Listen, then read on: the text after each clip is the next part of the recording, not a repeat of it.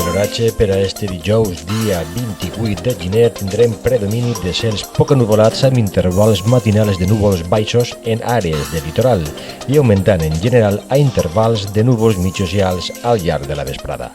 Boires matinals i temperatures amb poques variacions amb tendència a baixar algun grau les mínimes i pujar algun grau les màximes. El vent serà variable fluix.